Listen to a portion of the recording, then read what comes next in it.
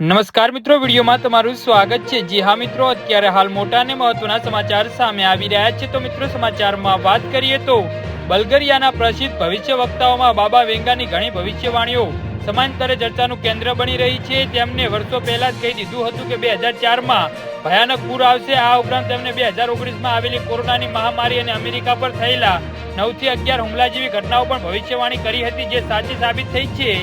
જી હા મિત્રો, બાબા વેગાએ ફોન અને મશીનને લઈ પણ ઘણી ભવિષ્યવાણીઓ કરી છે, જેમાં કેટલીક આજે સાકાર થતી નજરે પડી રહી છે। તેમણે કહ્યું હતું કે આવનારા સમયમાં માણસ ફોન વિના નહીં રહી શકે। જી હા મિત્રો, અત્યારે હાલ મોટા સમાચાર સામે આવી રહ્યા છે। આજની પરિસ્થિતિમાં આ વાત સંપૂર્ણપણે સાચી ઠરતી જણાય છે।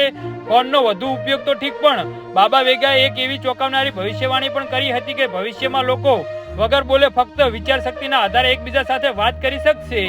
જી હા મિત્રો, અત્યારે હાલ મોટા સમાચાર સામે આવી રહ્યા છે।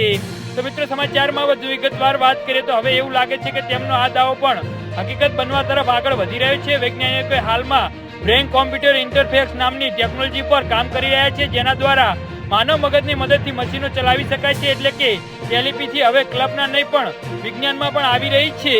જી હા મિત્રો, અત્યારે હાલ મોટા સમાચાર સામે આવી રહ્યા છે।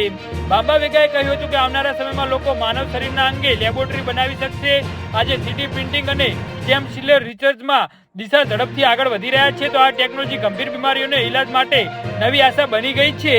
જી હા મિત્રો, તો આના વિશે તમારું શું કહેવું છે તો નીચે મારી કમેન્ટ બોક્સમાં જરૂરથી જણાવજો અને મારી યુટ્યુબ ચેનલને સબસ્ક્રાઇબ કરવાની ભૂલતા નહીં। વિડીયો પૂરો જોવા બદલ તમારો ખૂબ ખૂબ આભાર।